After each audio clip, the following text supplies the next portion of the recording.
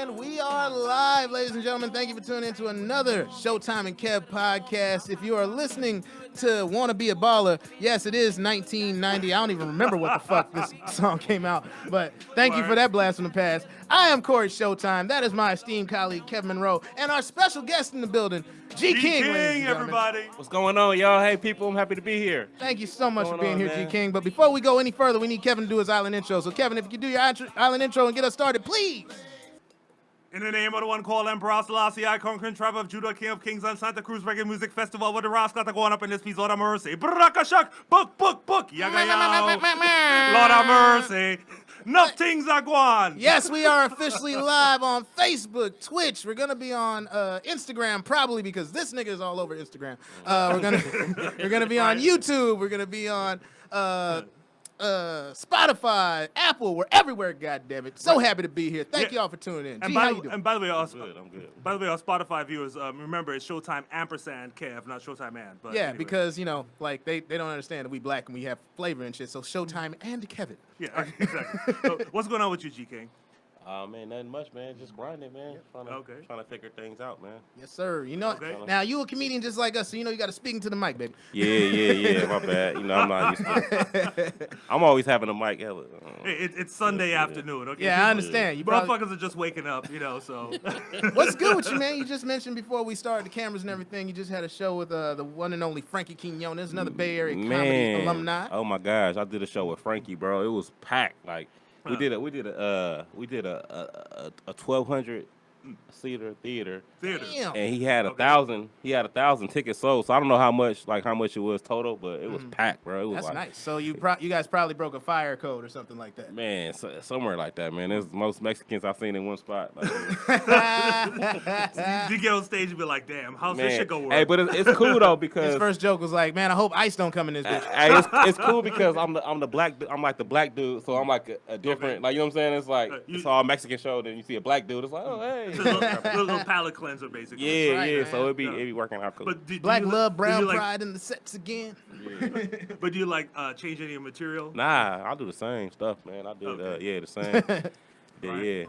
The same old shit that keeps it working, right? As long as it's working, man. I don't be trying to.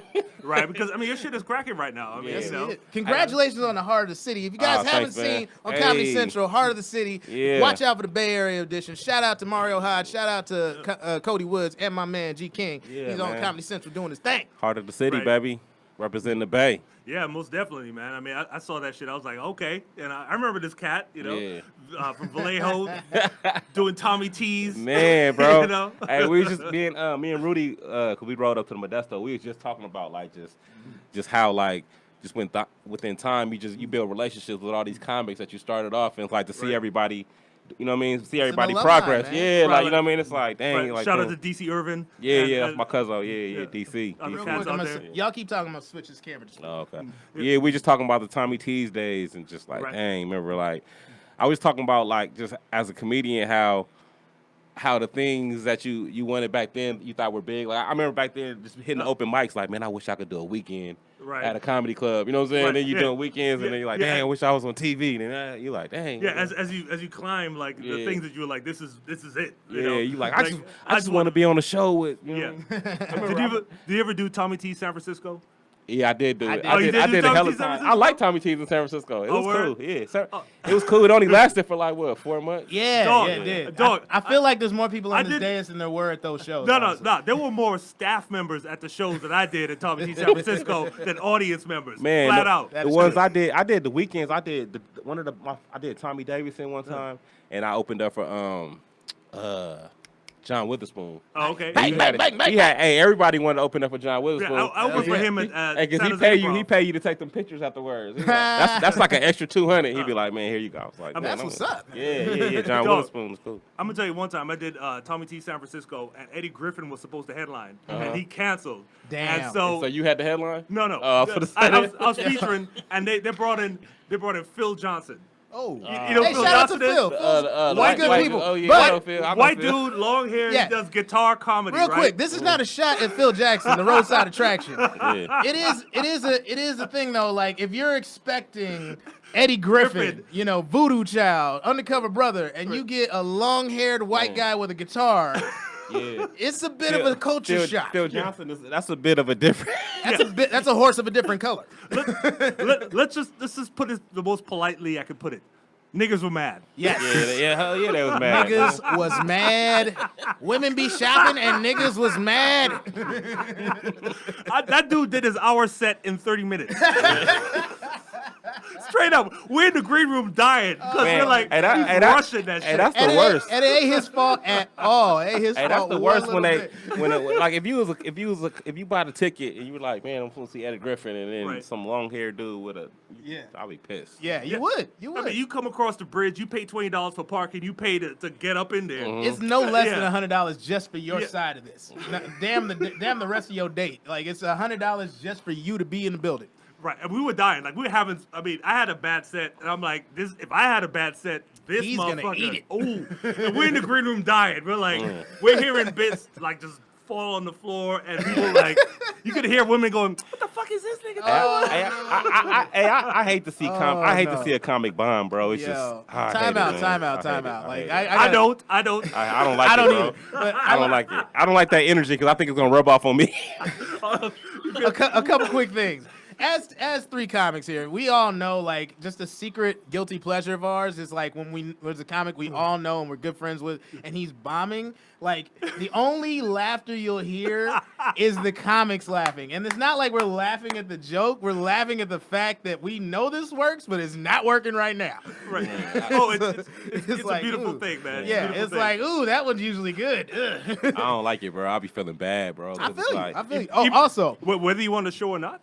Nah, if I just because it's just an awkward moment because it's like they come to you because like after comedian bomb they like come to you to like like they like that look like, hey, am I okay? Like, you gonna be fine, bro. You gonna be fine. Can I still hang with y'all tomorrow? Like, you know what I'm saying? Because I was watching on Comics with Cars, man. The laughter is that's the validation. So like when you got a good set, like that's what that's the bonding thing with the comics. Everybody wants to talk to you. But when you have a bad set, everybody just kind of like, hey, you did, yeah. It's tough, man. That eye contact is hard to come by, man. Like, and especially in front of a black, like you will never get a more honest crowd than a black crowd. Like, they gonna tell you. Woo, boy. Like, because any other crowd, like I don't give a shit who like if it's a multiracial, if it's white, if it's Mexican, like they'll give you a bit of a chance. If it's black, they like, this nigga better be funny as shit. Hey, I just thought of my worst bomb, right? Somebody asked me when I remember I just started doing comedy, right? And my uncle hooked me up with this gig. Before you go, let me guess what the venue was. No, it wasn't a venue, bro. It wasn't a venue? This is the worst thing, right? Okay. My uncle hooked me up with this gig, right, where it was it was a party bus. And they wanted bad. And they wanted me to do stand up on a bus while they was going to Cash Creek. Okay. And bro, like I bombed so hard, but the cool thing about it is I had to ride on the bus. Yeah, you can't leave though. You can't leave. I'm just sitting there. Everybody just looking at me. You can't just hop off and take an Uber, nothing. Like you stuck there. Hey, bro, everybody was just looking at me. They was like, "Hey man, just keep at it, bro." I was like, this one girl was like, "I can see you like being on TV though. Like you got a lot of right." You know what I'm saying? So how long was that right after the performance? Bro, though? it was like it's probably like a million hours from Oakland to Cash Creek, bro. Oh, it was a long time, that's a solid 2.5 hours. Anyway, bro, it was in terrible. a bus, it's 3. So. Wait, did you do the show at the start of the ride or the end? Man, I did it like in the middle. When they got drunk, they was like, "Yeah, we got a comedian." Right. Oh no! So you got another 45 minutes just on that bus. Bro, I'm like so new, bro. I'm like maybe I don't even think I've done it like a month, bro. Damn! I'm like new. Damn, bro. They set you up for failure. Yeah, that's no bueno, man. Well, first of all, it's set up for failure anyway because like there's no stage, there's no spotlight. You just got. Did you have a mic at least? Was there like a PA system? I had like a little mic, like a little mic. Like it was, bro. I shouldn't have even took that. Like the longer I've been doing comedy, I realized like some gigs you be like, bro, like why am I at a baby shower? All stage time ain't good stage time. Yeah, it ain't, bro. I did a show. Remember what's his name? The guy used to run. Anyway, the point of the matter is, it was at a Filipino restaurant, and it turns out, like, halfway through the gig, I realized that nobody really spoke English as a first language. Oh, man. Yeah. You got to ask those questions. Yeah, it's like, I mean, you should. Hey, y'all speaking English? Sir, you shouldn't have to, but at some point, you realize this is a fundamental problem. Like, they don't understand what I'm saying. Yeah. Dude, private gigs are always hell. They are all because they're never set up for you to win. They're never set up for comedy. Set up. I did a corporate gig like 2 Christmases ago, and I got like. Not only was the office like hella drunk, I mean the whole office. Like they tipped me hella good afterwards because they were there. I don't think they realized how much like they almost tipped me more than they were paying me for the gig. So I'm not complaining. But like the entire office was trash. The people that put on that booked me were shit faced. Right. And I got heckled by like they had like they had hired like a Santa and some elves and shit, like little people, like midgets or whatever. And I got heckled by a midget for like 15 minutes of my 45, bro. Like I just kept going back and forth, and I was like, "Look, man, I know you got a short temper." And when I ran out of those type of jokes, it was just like, "Fuck." They're not midgets. They're little people. I know. The views expressed by Cory saying, Showtime I wasn't Robinson saying that to be like not mean. necessarily what is endorsed by the Showtime and Kev podcast. Thank you very much. The lawsuits will not continue. Oh my god. cousin Hold on. Essex there. Hey, what's up? Shout out to Jeff Brown. He said, let's see. Private gigs set up according to your writer. Yeah, that's why we need managers and shit. We need a fucking union. We need a comedians union. The midget kept bringing it. You get out. He did. He would not stop. I kept shutting his little ass down. He kept bringing it. I was like, come on, bro. Like at one point he brought me some Christmas cookies. I guess that was a fat joke, but I ate one, so fuck it. Like it was just damn. It was the weirdest thing. You got Game of Thrones, man. I don't know what to tell you. Yeah, I got Peter Dinklage, man. Like it sucks so hard. But like the funny thing was like they were eating up all of it. But like I don't know if they were liking like the banter or the fact they were just drunk and saw a fight happening. I hate. Look, but let me ask you. Corporates are Let me hell. ask you this, G. So like now, do you feel like your gigs are like getting better now? Like you getting better gigs now? Yeah, like it is a different. Yeah, I have been getting better gigs. Like people want me to headline. Okay. There you and go. just- I'm seeing you just- being on a it's lot just, of like when you webso- like on webisodes and TV, stuff. I get a lot of weird messages. Like people like, hey, can you check out the snip? Or I'm trying to. Man, I was talking to this. I did this comedy camp, right? I did this comedy camp for Kente.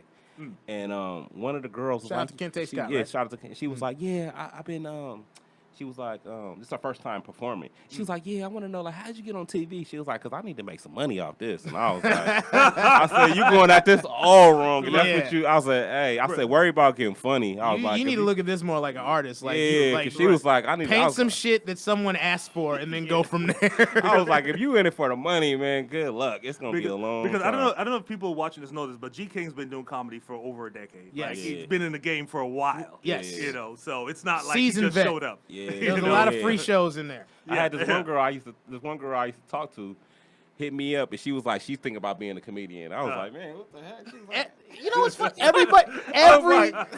Everybody thinks they can do this job, man. everybody, bro. Because everybody that's ever made anyone laugh thinks they can thinks they can do this for And a then living. my mom don't help out. All her friends that she think is funny, she be like, I get random phone calls. Yeah, your mom gave me your number. She said, I was like, Mom, stop giving these random people.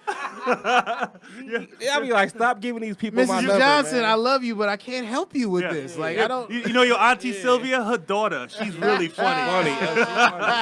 She was so funny at church last week. Oh my God, you need to like, put her on Seen the way her stage. bonnet flew off, boy. I don't think people respect, because like comedians, we make it look like, I mean, we make it look easy. Like, you know what I'm saying? Like, it'd be a joke we've been working on for like 2 years, but it's so polished that people be thinking like, Oh man, this can't be that hard. I could just come up with that. Yeah, I'll tell you real quick. My younger brother, my brother Adaye, he decided to do comedy, and he sent me the tape. Now this dude, he's a retired Marine. Okay, boy. He went to war. Yes. And this nigga was shook on stage. Shook. Hilarious. I can't wait till Thanksgiving. Bombs going off. Like Grenade right next to him. Like you no see live problem. round ammunition, but you get on stage and These do a lights. 5-minute set.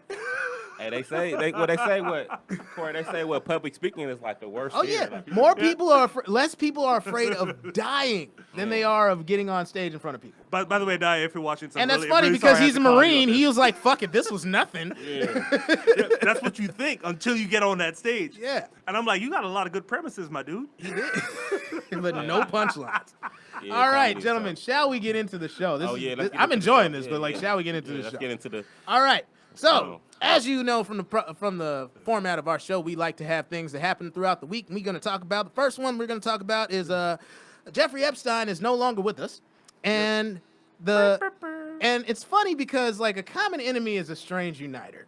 Because honestly, I don't think anybody was really cheering for Jeffrey Epstein. He's a billionaire, multimillionaire, billionaire financier who's also allegedly trafficking underage girls for sex, and is now he's committed suicide in prison. Okay, first of all, I don't believe that shit. Have you seen the body? No, nobody has.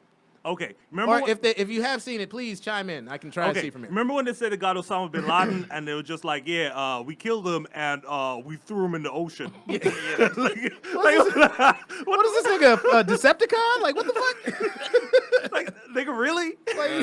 I never. Like, you really telling me I never believed that. You pulled the same thing on Osama bin Laden as you did with like Starscream or what the fuck his name is? You can't see his body. He's dead. Like we threw him in the ocean. Like, why?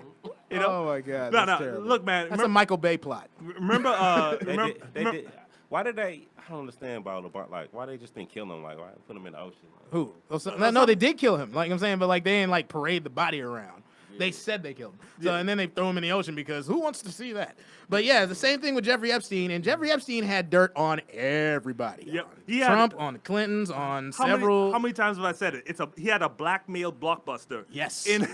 Like he had like names of people. Like okay, here's this senator with this girl. Here's this politician with this girl. Yeah. I mean that dude. He had everybody. And I say this is a common uniter. Is a very strong common enemy is a strange uniter because Republicans, Democrats, black people, white people, everybody's like, oh, that motherfucker got killed. Right. Like that was not a suicide. Like someone hit that dude. Yeah. Remember Goodfellas where Henry Hill said you can get whacked on the inside. Yeah. Well, guess more what? Easy.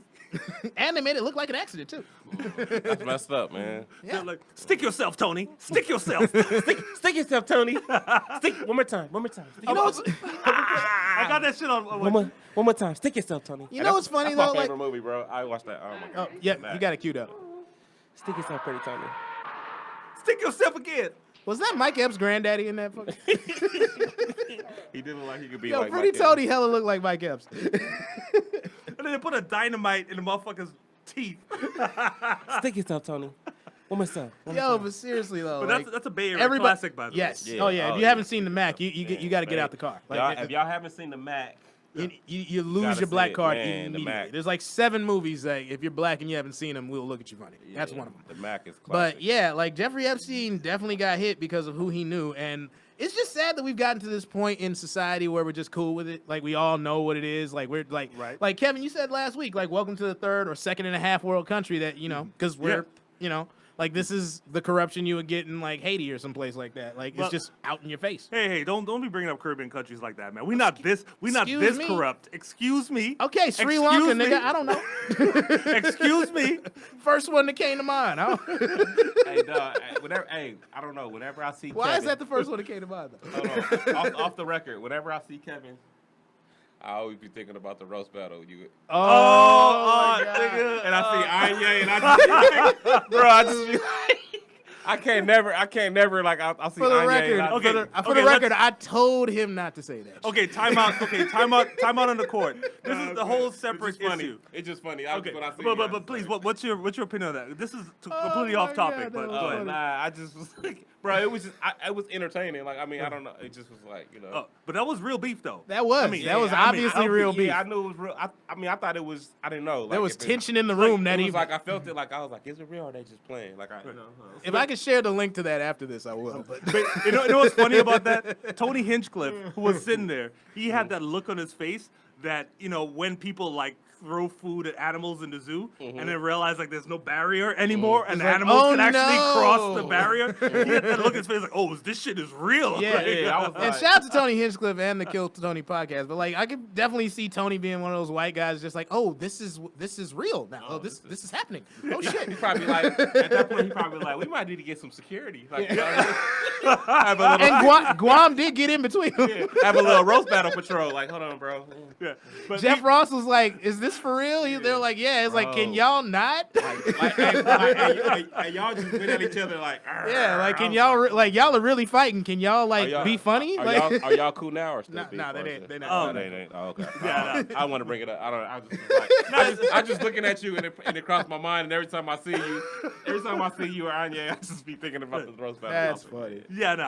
I mean, it's all good. Like, you know, We're all cool like separately. But yeah. But, I mean, Like if you see him, it's just like, hey, what's up? yeah, no. We were at the black pool party. nobody's throwing any punches or nothing. Nah. We're at the black pool party a month ago at Mateen's place, and it was all good. You know. Oh, okay. So, By the way, can I get another brewski, bro? oh yeah, I got you. Well, we got totally off topic of Epstein. Yes. I'm sorry. So Back to niggas do that. Back to Jeffrey Epstein. He was definitely killed.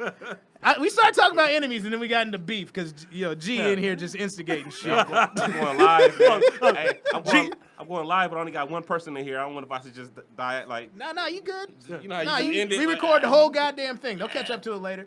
Matter of fact, they're gonna be mad they didn't see it live. That's what's gonna happen. They're gonna check the story, be like, "Oh shit, I didn't watch this." Yeah, we get that all the time. People are like, "Oh shit, I didn't know you guys were live. I'm gonna tune in next week." Plus, so it's like 2:30 Yeah. on Sunday. People like hanging out with their kids or going to the beach or some shit. You know? Yeah. We're here. But We're here if you're listening. But hang on. Here, my theory is that Epstein is at his private island right now. Like they flew him out. Makes sense. They're like, look, on man, his private jet. Yeah, he has a private jet and a private island. That dude is gone. Okay, Yes. he's alive and he can never set foot in America again. But he can't drop dime on anybody. But here's the other part that's interesting, because he's legally dead. There's no way he can have a motion to suppress any of the evidence that comes out for that. So all that shit, that blockbuster, all that shit he has, all that has to come out. So the whole black book, the whole back page, like that's all coming down. Yeah, if you're not alive, there's nobody to have a motion to suppress. It doesn't exist. True. So, His lawyer are his lawyers still acting on his behalf, or do they stop the moment he's dead? Well, Dershowitz, Alan Dershowitz, he went on Twitter last night and was like, "Well, I don't understand why people keep bringing up that massage I had at this place." I'm like, dude, if a tweet could sweat, Damn. that's what that tweet feels like. That's a sweaty ass tweet. That was a sweaty ass tweet. Why they keep bringing up that massage I had at his compound? Like, because motherfucker. It's like, why is like Trump's like, see, I'm completely exonerated. He's dead. I had nothing to do with it. It's like man, you a sweaty motherfucker. Like, come on, man. Like, okay, there's a whole lot more dirt to this story, but we need to move on so we have time. Okay, moving on to the next thing. This story is near and dear to Kevin's heart. Pun intended. damn, but Yeah, the ICE raid in Mississippi, of all places, they rounded up 680 illegal immigrants, mostly of Latino or Hispanic descent. Right. And they actually had to release about 300 of them, so it lets you know they're doing a bang-up job with their paperwork over there. But it's still kind of fucked up that they just did that shit on the first day of school. yeah, Like, so there was a bunch of kids that came home that didn't have, didn't know where their parents were, didn't know who was making dinner. That's messed up, bro. Yeah. Yeah, I mean, and of course, they never target the employers, the people that employ these undocumented workers. It's like those white people that hired those Hispanic people, they went home at night, with their kids. They didn't worry about it. Yeah. But, I mean, come on, man. Like, why are you going to do that to people? Like, it doesn't make any sense at all. Yeah. And Mississippi, I didn't know there was 680 Latinos in Mississippi at all. I didn't know that either. Like, I thought there was just black and white over there. Like, are you kidding me, I thought there man? was still some slaves in Mississippi. Like, Anywhere it's there's literally 40 years behind everywhere else. I've never been to Mississippi. I've been to Alabama, and it's boy. But Mississippi's worse than that. So it's like, I got my cousin's husband from Mississippi, and he was just telling me like the transition from coming to California. He showed me some pictures of Mississippi. It was like, fuck, man. I'm like, Like, dang, this country out there. Like, There's this is like some indoor plumbing problems. There's they don't more have, dirt roads than roads out there. Yeah.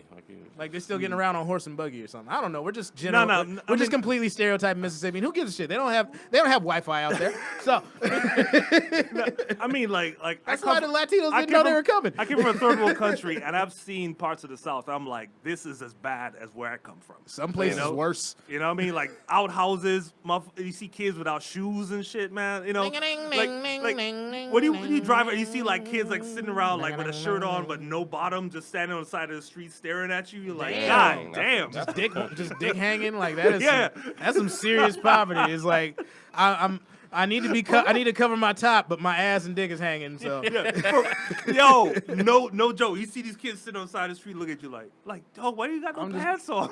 He's like, because I couldn't afford them. Man, I got the 'cause it's shoes hot, and the shirt. Man. It's hot out here, man. How hot is it gotta be? You can't put no pants on, my G. Come on, man. It's hot, bro. Wow. That is not. It's not just hot. It's humid. Man, I'm cooking hot dogs out here, man. It's 80 degrees and 105 humidity. We'll cut that from tape. We'll cut that from tape. Just boiling sausages. All right. But no, y'all talk amongst yourselves. I got to fix a technical difficulty. But that's that's how the South is, man. And I really feel like black people should just like migrate out of the South again. You know, y'all did it back in the 1940s. Did you know this shit? Like back in the 1940s when people wanted to migrate to the Bay Area from Louisiana because that's one of the big rail stations, that the police would try to seize black people that had train tickets to force them to not leave Louisiana to come to the Bay. You know how shitty your place has to be to where like because they knew how much money black people were gonna make like working for the rail yards in Oakland. So they would rather like have black people be poor in the South rather than have them get a job in the Bay. That's crazy, bro. Yeah, that's just, you're from the Bay. I mean, your family's probably from Louisiana. Yeah, my grandma came from, actually my grandma came from Mississippi. Oh, okay. She came okay. She came from Mississippi to Chicago, and then she had an auntie that lived in Vallejo. That was her husband was working at Mare Island. Okay. And then that's how we ended up in Vallejo. And then on my dad's side, my family from Texas. Okay. Yeah, because there's a lot of lines like if you watch the train lines, that's how black people have migrated over the time. So most of the black people from the Bay Area tended to come from Louisiana. Down south. Yeah, especially Richmond. Because there was a train line that went directly from that area into the BayArea. So so you can follow that, man. I mean, I'm fascinated by Black American history. I think I've ridden that train line before. You know, I had an auntie, somebody in my family. I think it was my auntie, my great auntie was one of the people that started because in the Bay Area, some of the people they didn't have buses. Okay. So they had their own African American. She had their own bus company that would transport the black people where they had to be. Okay, just regular work, not school. Just wherever, like just a bus because black people couldn't get on buses. So they had their own. He had his own transportation that was like, you know what I mean? Like, okay. So like a Green Book situation. Yeah, kind of like that. Yeah, I was like, that's dope. Oh, damn. Man, I would love to continue like talking about like Bay Area history and black folks. Like there's a great book called Harlem of the West, which is about how like before there were 4 jazz cities in the world before jet travel. There was New York, there was Kansas City, there was New Orleans, and Chicago. And when jet travel became a thing, then San Francisco became the 5th jazz city, and like people would come out there. So Gary Street in San Francisco was like as big as New York. Like Nat King Cole, Ella Fitzgerald, everybody would play there. And in the 1960s, the government created Gary Street, which destroyed the Fillmore because it basically they had to like remove a bunch of businesses. When it brought that crack in there, huh? Yeah, and then then that happened. Yeah. We all sound like we're red pilled here. And then they put that crack in there, and then that crack. It's kind of true though. I love how we were able to start on talking about Mississippi and somehow brought this back to the Bay. Yeah, let's get back on topic. Yeah. So it just sucks that like we have this group running around like the police fucking with black people, but for straight up like they're only looking for brown people. They're only looking for Mexicans. They're only looking for people from like Central America. You don't see ICE raids going for like European immigrants or like anybody from like Lebanon or Syria. Like they're just looking for anybody that hell, they're not even looking for Arab people anymore. Remember when we had that whole 9/11 thing and everybody that like had any kind of a turban, whether you're Indian or Asian or whatever the hell, they're like, oh shit, he's a terrorist. Yeah. You know, we start stereotyping like that. Like they're not even looking for them. They're just like it's just a full Mexican band. That's out of fashion now. I mean, you know, it's out of style now. Yeah, it's out of style. Like we don't mess. Like if you hey, it's out of style till you on the airplane. You like if you Sikh or Muslim or Indian, don't worry about it. Like, you know, you had your time. It's all over now. You know, they'd send a Trini dude back home. They deported a Trinidadian guy, in Atlanta, because he didn't have his papers. And he's a legal resident, but he didn't have his papers on him. So I have a passport on me right now, though. I keep my shit ready. And I try to keep my accent as American as possible. How's that sound? Does it sound good? No. No. Me born and raised in Compton. Lord have mercy. Have you stop doing your island intro all the time?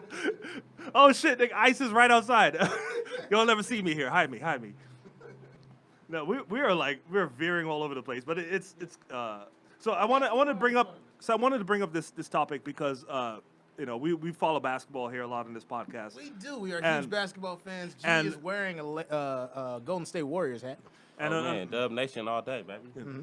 I mean, I tell people the Bay Area is my American home, and I remember when Monta Ellis was there, and then when they got Steph Curry, and we're all like, why are you doing this? Monta is the truth. He is the West Coast Allen Iverson. Why would you bring in another point guard?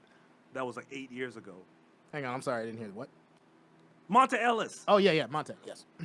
He's from Mississippi. Oh, is he? There's this weird connection. Monte from Mississippi. Remember, he got hurt. He got hurt on riding a motorcycle, like one of those kiddie motorcycles in Mississippi. Right. And he hurt himself. That shit always kills me with athletes, man. It's like the biggest fucking detriment is free time. You know what I mean? Like, dog, just sit down. But anyway, so there's this thing called the Rich Paul rule. Mm-hmm. And from what Cory's explained, what it is that the NCAA is making these new rules for agents and saying that in order is it NCAA or is it it's the NCAA. It's the NCAA. And they're saying in order to be an agent you have to have certain qualifications, all of which seem to directly spike into what Rich Paul does not have. First and foremost, Rich Paul does not have a college degree, and more power to him because I do, and I'm broke as shit. And he gets 10% of everything LeBron James, Anthony Davis, and several other players do. Hey, so that's messed up. More power to that dude for figuring that shit out. Hey, but now that he's an agent, now that he's already an super agent, so they can't. That doesn't hit him now. Like, hey, you can't be LeBron's agent until you go back to school. No. This hurts him in the future. So if he wants to get the next LeBron James, if he wanted to get to I don't know if he already has Zion Williamson, but if he wanted to get to Zion Williamson, he would if this was in place by last season, then he wouldn't be able to talk to him until after the draft, which is way past when you already have an agent. Man, that's messed up, man. Yeah. Exactly. They just basically it's racist for the simple fact that it's going against one particular guy, and so many. It deals with the NCAA, so you would think it would behoove you to have a college degree, but they didn't have that rule before, and it's really hard for it's hard for black people to become agents in general, just because it's not really a business that we've gotten into for a long time, and now it's you want to have a college degree because a lot of the players don't even have to become. A lot of the players become agents and executives don't really have a college degree because they left early to go to the league. Yeah. You know what I mean? So it's it's screwing over everybody black in that situation. And they always try to make rules to keep the black man down. Yeah, man. they moving the goalposts. We started doing so well. It's nah, man, y'all too cool with each other. We're gonna have to make some kind of rule to make it fair for everybody. Getting this money together, man, and they're hold on.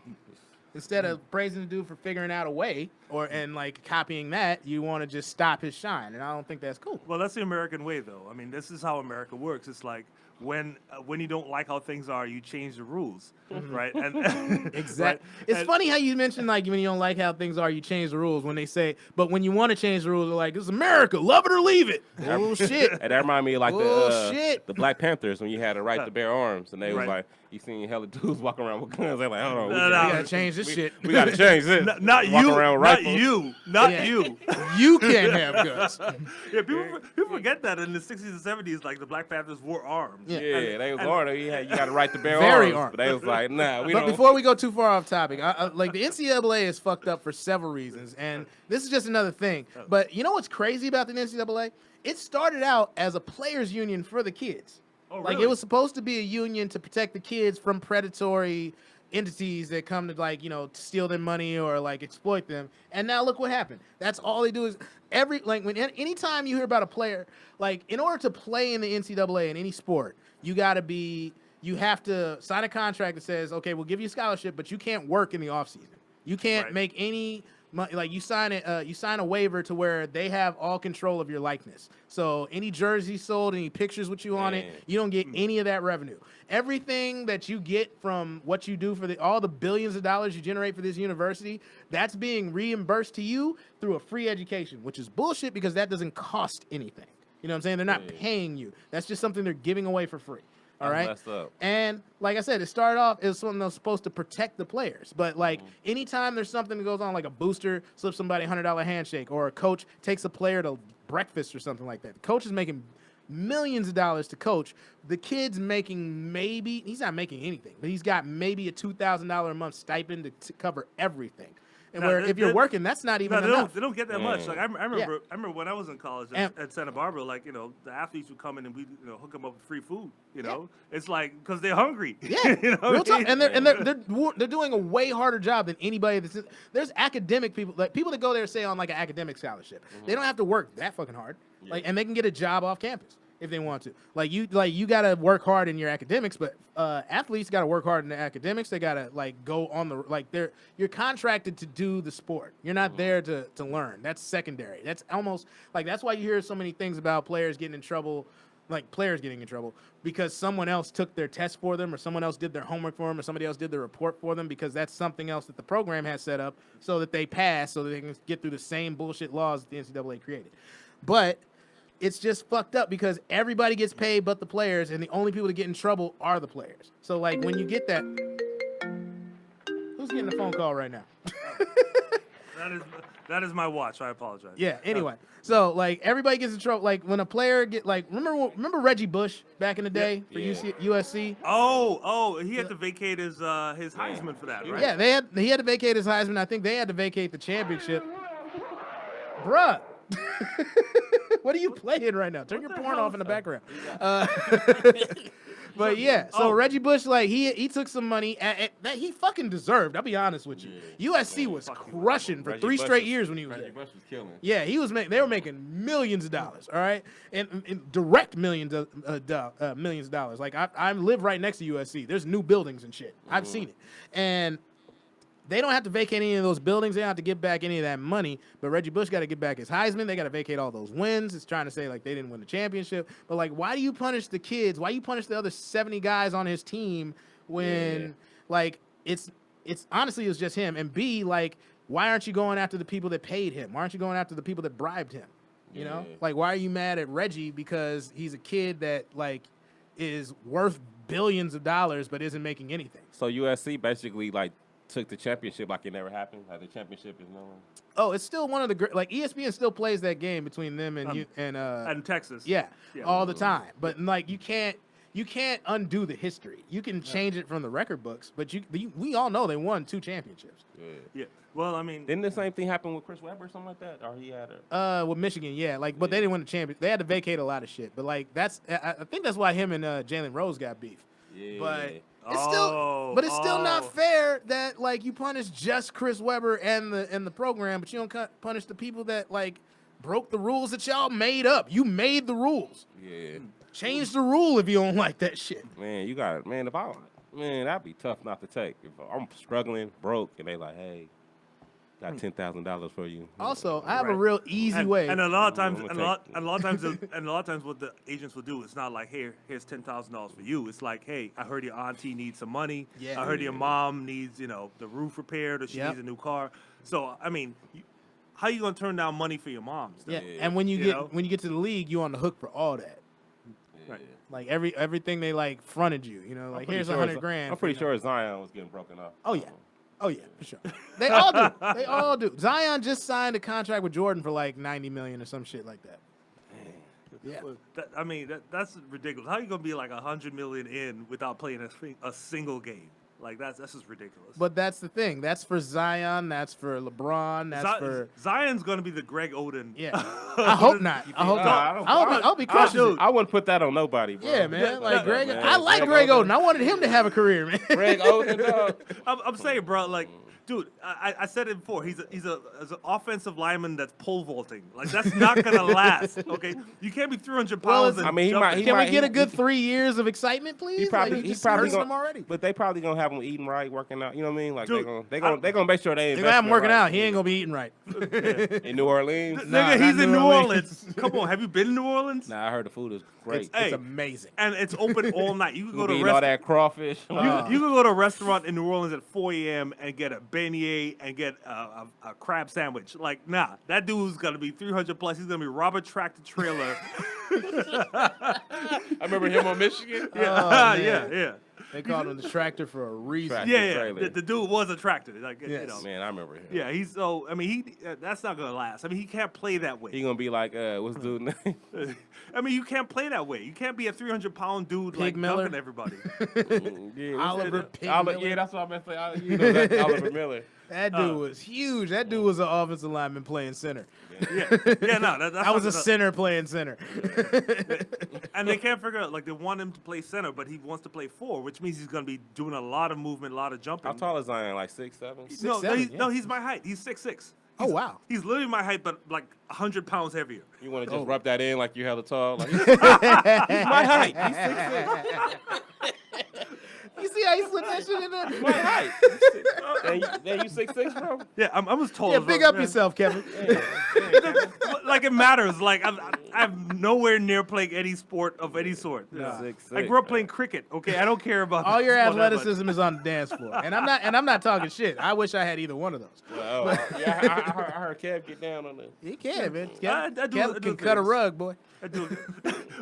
I like how Cory turns into like an 80-year-old black dude when he says that. That boy can cut a rug. That boy can cut a rug. Hot damn. Squeeb up. You been there doing like the Saturday Night Live, John Travolta, some type of. Not quite dancing. What type of dancing? Not quite disco. Lindy Hop, East Coast swing. And that's why I become an 80-year-old man when you say Yeah, when I say Kevin Show can't cut I don't a know rug. nothing about that. Well, that's He ain't about to do the he's about to lean with it, rock with it. He ain't about to do the shoot. It's an American dance form, you know. It's very important. I mean, and of course, like San Francisco was a big part of that too. I mean, Frankie Manning was one of the architects of the dance from Harlem, and he came to San Francisco and he showed people how to do that shit. He's back a in Renaissance the 50s. man. So I mean, there's a huge San Francisco's big in terms of like that history. That's how I learned it. When I moved to San Francisco, it's like people were like, yeah, you don't know this shit. So That's why I got Kevin. That contrast, man. Yeah, Kevin is a what was the word I just used? It was a Very interesting. yeah, very interesting man. He's an aristocrat, damn near. but I love the Bay and I love studying about the Bay. He's a And there's Renaissance so much man. history, man. Yeah, he's You smart, stayed he's in San intelligent, he Francisco does or all Oakland? kind of, and I'm What's just a that? nigga. So You was in San Francisco. Okay. Yeah, I went to high school in Oakland. I went to Castlemont High. Oh, that snap. must have been Yeah. very I interesting. know that was like shocking. Oh God. You seeing all these sideshows? Like, why are they doing that with those cars? Like, Yeah. Castlemont High in the late 80s, early 90s. I love your was- act when I first met you because it was all about how you were from Trinidad and then you're in Oakland. Man, this nigga from Oakland, man. And it was that, I remember you had that Yeah, joke. pretty much. Your dad said the same thing they say to all immigrants. It's like, work hard, do good in school, and stay away from black people. Kevin from Oakland, man. You better start claiming East Oakland, dog. I thought you was From the 100. Hey, 92nd East 14th East Mall. Oh, shit. Oh, dang. He is from the hood, son. Eastmont Mall, anything around there. Shout out to Eastmont Mall where people doing donuts in the mall. Yeah. Kevin has seen a crackhead get shot, the bullet go through him, and hit a crack whore. That's how deep in Oakland he has been. Castlemont, man. That's the hood. That's for all the hood. Yeah, Dudes that's- went to Castlemont. That's when you see someone get hit at the sideshow. That's how deep in Yeah, Oakland it is. Castlemont, Doing Castlemont. donuts. Oh, bitch, you shouldn't have been there. No, so you from Vallejo. Do you ever I'm from fuck Vallejo, Do you ever yeah. fuck with cats from Castlemont? From East Yeah, Oak? yeah. Nah, I mean, I He just know said, nah. cats. Nah, I don't fool around in Oakland. He's like, nah, man. I stay on the other side of that bridge. Yeah, That's, like there's a Oh, toll what- for a reason. Yeah. What, is it, Nah, I had cousins. I got, you know what I mean, that went to Castlemont. Yeah, everybody's Like, small. It was funny when being down in Seaside, which is the tiniest ghetto and like close to the Bay Area. It was funny because like you'd see people like you see the hood niggas from my little town graduate up to Oakland and Sacramento and Vallejo and shit, or because they all had like a crazy cousin out there when they was like deep up in the game, they went up there and did that shit. So Yeah. It's weird. I met a lot of dudes. When I did that show in Seaside, I was like, dang, it always tripped me out. Like, how did y'all end up here? Like, Military. yeah, that's what they all saying. Yeah. Like, it was hella black people too. Hella black people. Right. Yeah. But what's that? So, what's that connection between like Vallejo and like Oakland? Like y'all just stayed separate or like Just black. Nah, it's all the same. I mean, it's cool. Like, Vallejo, Oakland is cool. Vallejo and Richmond at one point because they're so close. They was kind of like battling, but everything's cool now. It's It's basically your whichever rapper you claim, and do they fuck with that other rapper? Yeah. It's like if Mac Dre, E40, and Mr. Fab all get along, then we good. Yeah.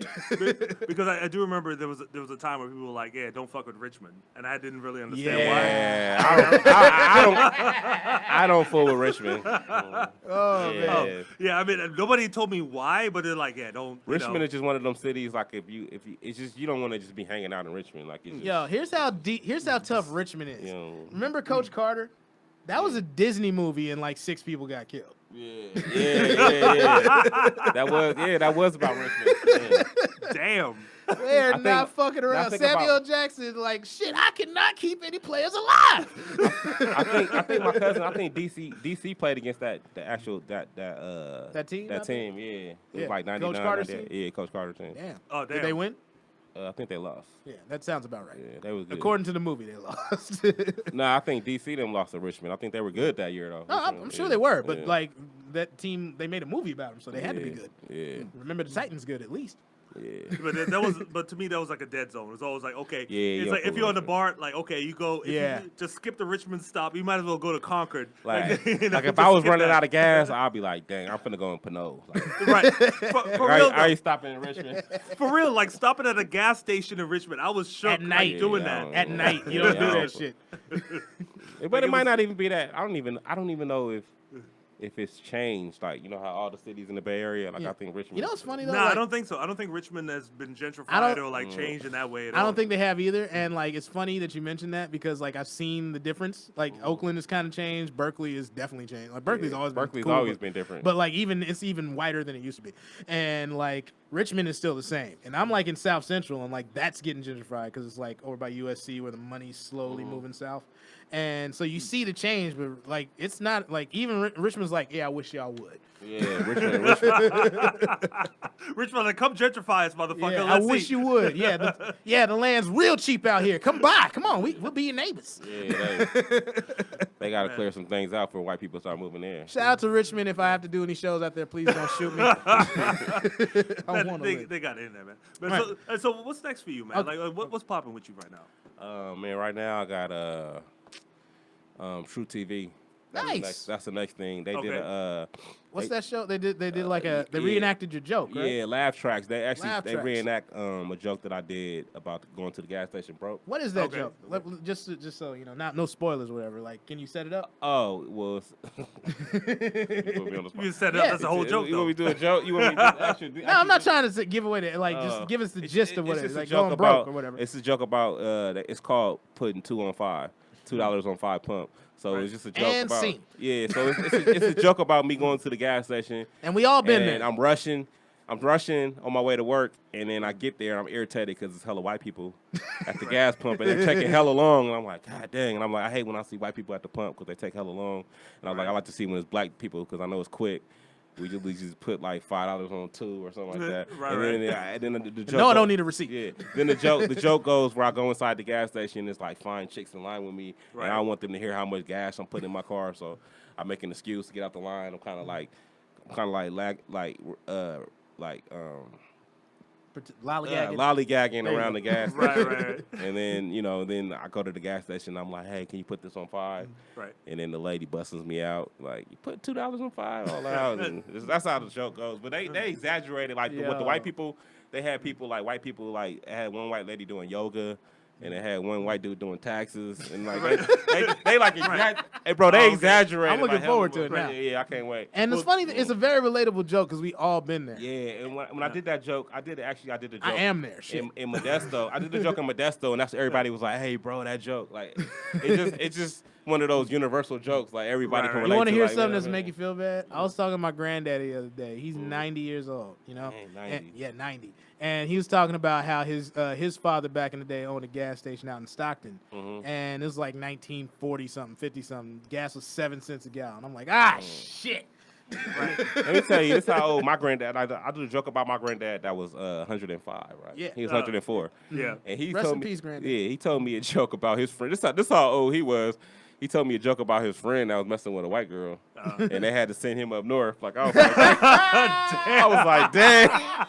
He was like, but the white girl, she couldn't be like, she couldn't act like she was with it. Right. So she set it up like you know what I'm saying? That'll kill me. That's so cold. I'm gonna give you the money to go up north. I was like, Go up dang, bro. north. Yeah. Like I was like, dang, that really? Like he was like, yeah, it really was going down. That's some cold. That's old as fuck though. Yeah, like when that's old. Like you mess with a white girl, we gotta send you up north. and the boy. thing about it is, Good luck to you. The thing about it is, my granddad is Follow the North Star. My granddad was 104, so it's like that really wasn't that long ago. Like you know what I'm saying? Like 100 that's years true. ago, things were like That's 1917. Yeah. Or 1919. Well, no, that was the year he was born, but it wasn't the year he was fucking with a white girl. So He didn't 1930 something. He didn't come out the womb fucking with a white girl. So he told You never know, Kevin. You never know. He told me that story like what 2008. Yeah. You know what I'm saying? So I think Yeah, so like 1940, we'll say. Yeah, but it's Shit. like, dang, that's crazy. Oh yeah, man. I mean, of Slavery course. wasn't that long ago. It really wasn't.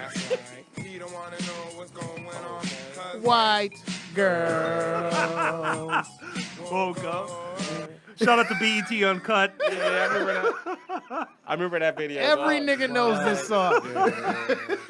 Hey, they need By to the bring- way- hey, BET, y'all need to bring that back, man. Yeah. BET Uncut, BET man. Uncut was First the of all, shit, BET dog. needs to sell itself back to black people. Yeah. And secondly, it needs to bring back Uncut. It's I nothing- haven't watched BET. It's nothing like going to sleep on BET Uncut and waking Yeah, up to twerking. waking up to a preacher preaching. Get your life together. You fell asleep to twerking, waking up to, and the Lord has said you have been sinning all last night, and then you come in here smelling like last night, and you try to get your retribution. BET Uncut, man. They need to bring it back, man.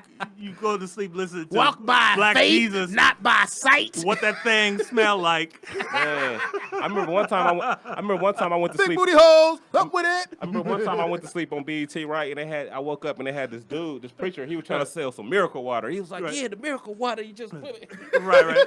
Only $45. He Right. was like, "The miracle water Yo, will heal you." I'm like, Who's bro, that light-skinned dude with the mustache? He was always walk by faith, not by sight. Like, light-skinned dude with the mustache. yeah, he was like he had a mega church. It was on at like 6 a.m. every Sunday on Light-skinned BET. So you know it was like Oh, you talking about? I think he's out of L.A. You talking Probably. about?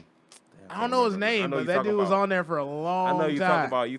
He was good because like there's some nights like I'm the biggest fucking atheist there is, and I was like, maybe. Because his son, his son, Give him his money. Just give him his money. Jesus is broke. Please give him his money. He stepped down and his son started preaching. Oh wow. But it was some type of scandal where the son had got in some type of scandal and he just back. Isn't that funny how that happens a lot in black churches? Yeah. Like there's always some embezzlement, there's always some scandals, there's always some kind of adultery thing. That happened to three churches. I went to Seaside, California, 38,000 people, 2 exits on the freeway. I had 3 straight churches have the exact same thing happen growing up. Right. Man. Yeah, it's hard. All of them had a Jerry curl and a Cadillac involved. Nigga, are you serious? It's hard being a Christian, man. You know? Come on, bruh.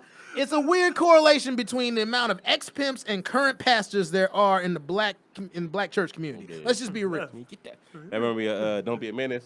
Right. He's like, I got $100. Get that money. Right. Put it around that side. Put it around that side. Well, I mean, Shout out to Lester Berry. That was an awesome scene. Yeah. but I mean, but the distance between being a pimp and being a priest is very slim. Hey, preachers. None of the preachers used to be pimps. Yeah. Yeah, that's what I'm saying. So I'll give it that's up like, to I'll give it you up know? to the pastors. At least they just fucking the church ladies and stealing the money. The priests and the Catholic now they're doing something a little more devious now. Yeah. I grew up Roman Catholic in the Caribbean, so I mean, I remember. So I have to apologize for that, and number 2, I do remember you Americans coming to the Caribbean, Benny Hinn and those dudes. They would come in like, Benny Hinn. yeah, them motherfuckers. Is that the dude that used to do the yoga fire and then everybody fall down? But check this out though. They used to come to Trinidad like arms swinging, empty hands, and leave with literally duffel bags full of money. Just money. I'm like, how did they do this? Like, we don't have money. Where did they get this money Time from? out, Kevin. Time out. Gee, I know you're a little more lighter than we are, but they just Facebook just asked me if I want to tag Dave Getzoff. What the fuck? Shout out to Dave Getzoff. Oh, damn. Y'all ain't even fucking trying. Hey, You crossed over, dog. You crossed over. That's what I'm trying to do, man. I'm trying to cross over. You bro. white famous. I think it's all this light and this goatee that they just think it's Dave Getzoff. Crossover, Very baby. funny Caucasian comedian out here that has nothing to do with what the fuck we're doing right now. Why? My dude, Why? you made it, man. You made Yeah, it. they trying to make it, bro. Hey, that's what we trying to do in LA, right? Trying to Crossover. Yeah, I'm a that tag crossover. Dave. Just let him know. Hey, we gave you a shout out That- for that- the weirdest fucking reason That there is. crossover appeal. Do you ever see that series White Famous? Yeah, that's my show. Oh, okay. I thought they Was that another? Was No, that James' it got show? canceled. James Davis James, show? I like that show, bro. Yeah, Yeah, shout out I to did James too. Davis. Hey, He I putting was- out some good stuff. And you know that what's hasn't mad? lasted You know very what else long. I was mad about they canceled was dang, that movie on Showtime about stand up. I'm dying up here. Yeah, they didn't really Bro. cancel it. They just kind of stopped.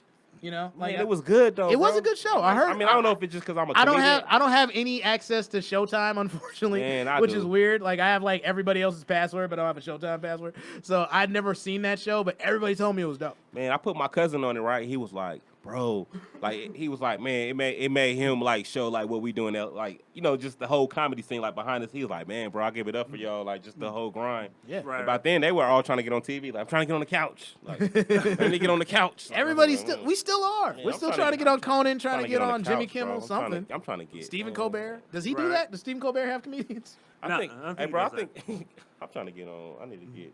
I don't know.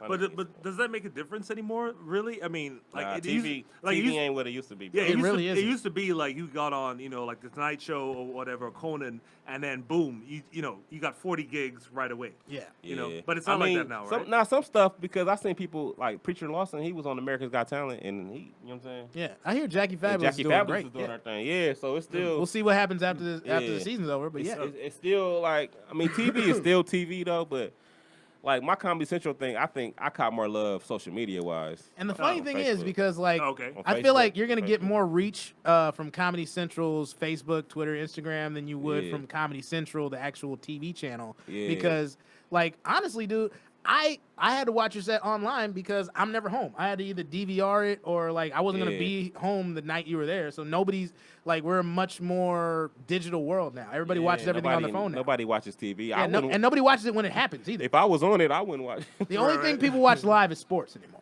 Yeah. Right, pretty Yeah. much. Yeah. Oh, so by the way, the auditions was like at Jeffrey's Inner Circle. I want to imagine. Yeah. They had the auditions at Jeffrey's Inner Circle. Is that And what they? no, Is that had what them- they? They had them at Jeffrey's. They had two. They had Friday. They had Friday and Saturday at Jeffrey's, and then they had like Wednesday or Thursday. They had them at the spot. I forgot what it was called. It was like at a soul food restaurant or something like that. Okay. Where they do comedy. And Okay. then I got on the. And I got on the Saturday. I did And the so Saturday. like of all the other comics that were on there, with other people you thought that man, they should actually get But I a didn't- shot as well. I didn't see the other. I only seen my day. Oh, Saturday. okay. Yeah, I didn't see the other days, but I don't know. I mean, Because you got to imagine that like of all of the Bay comics, there's a lot of strong Bay comics out there. Yeah, There's, it's a lot, There's but- there's a lot of cats that should be getting on shit like that too. yeah. It was. I think it was just about it could be the look, the content. You know what I mean? I don't know. We What, all have no idea. I don't know this what shit they're is. looking for. You know what I'm saying? I was just like, There is no reason. That's another reason why comedy's so hard. A, everybody thinks they can do it, and B, there's no reason to rhyme to this shit. It's how you look. It's how you sound. It's do they like you? Are you likable? Do you sell tickets? Yeah. Can you? Is there something about you it's- that's yeah, marketable? it's more Can we into put it. you in a TV show? Can we put you in a movie? Like it's not a matter of how funny you are. That's like 5th or 6th on the list. because you wonder. I mean, especially in LA, you see like a comedian. Like he'd be a comedian. Y'all both started at the same time in LA, and then he getting representation. So it's like, what? Yeah. You know what I mean? It's like, okay, well, maybe It's they hard like not to this, get caught up in the Right, bitterness of that Yeah. shit, but it's also just a matter of like it's not. It'll put you in a weird sense of competition because we all want it to be a meritocracy. I can relate comedy to sports so often because it's easier, but because if in sports you have the most points, you knock the guy out or you hit a home run, But you no- know what it is. but With this, sports is- there is no Sports is score. not a meritocracy. It's not. Like, what's his name? Peterman. That motherfucker's Like I watched the 49ers play the Cowboys that night, and that dude. We won. We about to go. Yeah, Yes. that's what's up. Yes, The we are all three. Only thing me and him agree on. Yeah, pretty much is football. Hey, basketball.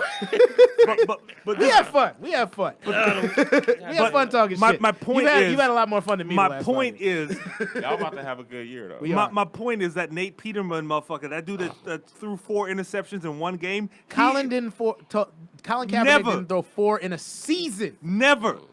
But that motherfucker's on the 49ers roster. That 4 interception. Wait a minute. Time out. Nathan Peterman's on our roster? Yes. Exactly. Man, hey, Cap need to be on somebody's team, bro. Come on, man. You know what I'm saying? So, honestly, I'm gonna be real with you. So that meritocracy I know thing, he's still in good shape, but like it's been 3-4 years since he's picked up a football. It's been 4 years since. At least 3. At least 3.5. I feel like it's been a hot minute. It's been 3. It's been 3 full seasons. He's not gonna be able. He'll be better. He'll still be better than Nathan Peterman. But he's not going to be able to come back out to the NFL and play at that same speed. Yeah, no. It's a wrap. It's a like wrap. nobody can go to the professional. can be out of the professional level for 3 years and be back to where they were. Well, a year maybe. No, you're wrong. Josh Johnson. Josh Johnson was out for, I believe, 5 years. Josh Johnson is a backup quarterback, and he ain't going to do shit. Hey, ain't he from Oakland? He from Oakland, right? Oh, who? Josh Johnson. Shout out to Josh Johnson, but I'm still, not sure. like, there's I'm no not sure. point to, like, if you're a backup quarterback, Colin Kaepernick could be a backup quarterback. Another example. But Colin Kaepernick was a starting NFL quarterback, borderline All-Pro, and everybody acts like he sucks. Kurt Warner. Thank you. He was bagging groceries, and now he's going to the Hall of Fame. So I'm saying, I'm giving you a counterexample of people that have been fair out enough, of the NFL for years that have come back. Touche, Kevin, touche. You're smarter than me, you motherfucker. Do you guys, like, when you look back on it, do you feel like LA was the right move? Like, yeah. Okay. Like, just for the simple fact that for me, I'm at the love of my life out here. So that's one of it. Yeah. But like honestly, I would have been toiling in misery back where I'm from. In the Bay? Yeah. Not in the Bay. Like I love the Bay. If I wasn't living in Seaside. Oh, okay. And nothing and I love it out there. It's where I'm from. I love my people. I want to come back there and start a comedy club one day. But you're never going to be shit living in a small, like you're only gonna be a big fish in a small pond if you stay in a small pond. It seemed like you gotta leave home. Like I feel like you're not respected home. Like you can still live at home, but you can't stay at home if you want to make it. But it's like you're still G King. Like don't get it twisted. Yeah. I'm like, hey, I won't. They like, hey. Yeah, that's never gonna change. Still G King, bro. Yeah, like, I just you got when you go. By the home, way, if you do get, you still gotta ask people for stage time and shit. They're like, nigga, you see me on TV? Like, nah, hey, bro. Hey, after I'm not gonna say no names, but after I just did Comedy Central, right? I just did Comedy Central and everything, right? And I was like, hey, because the lady was bringing me as a feature, and I'm like, okay, like.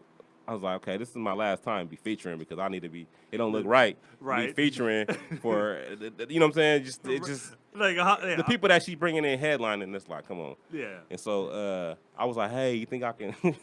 I was like, hey, I just did TV, this and that. You think I can like next time I come back be a headliner? She was like, I don't think you're ready. I was like, wow. I was like, I'm only on Comedy Central and doing clubs in LA, but okay. Yeah, I've only been at this like 20. Your little, been at this 15 years. Yeah, your little club is okay. All right. I was like, Which club was this again? I'm not. You're not gonna name names. I think I know which one this is. But I was just like, hey, I was like, I know exactly which club. I was like, check this out. I was like, you'll be asked. I was like, I can't wait till you be like, hey, you want to come? Is there a bird involved in the name? Like this, bro. Hey, right now, I'll never step foot in your club. Yo, I won a comedy competition there, and this person whose name will not be named was like, well, you need to work on your act. I'm like, okay.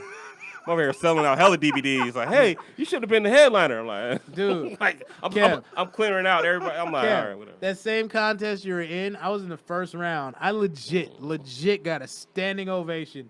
Didn't make it to the second round. Yeah, and then I went to hit her back on the email for some like, hey, can I do some work here? There. He or she,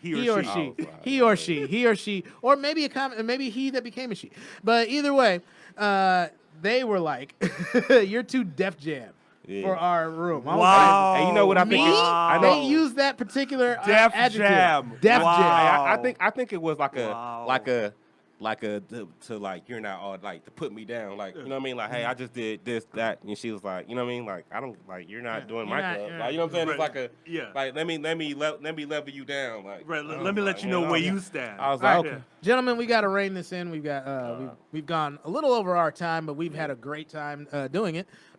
G, is there anything you'd like to plug before we wrap this up? Man, y'all. As a matter of fact, tonight I'm at Chocolate Sundays, man. Come through. Shit! Chocolate Sundays, 7 o'clock, 9:30. Monday, I'm at the Improv with D-Ray. Nice. Okay. Monday Ray. Tuesday, I'm at the Blue Martini in Vegas.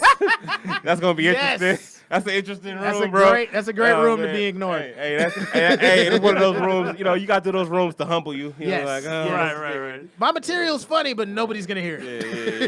Hey, I actually did good, bro. I actually got their attention. That's a great room, honestly. That's a great room. As soon as they figure out what a comedy show's like supposed to be facing, they're kind of all over the place. Yeah. But it's the first time I've ever performed in the bar, like on the fucking next to the bottles. The stage, you're like 10 feet up in the air. Yeah. But so I'm at Chocolate Sundays tonight, 7 and 9:30, and then I'm at the Hollywood Improv. So LA people, if you're listening and watching, check out my boy G King at Chocolate Sundays, the 7 and 9 o'clock, because he got it like that. Yeah.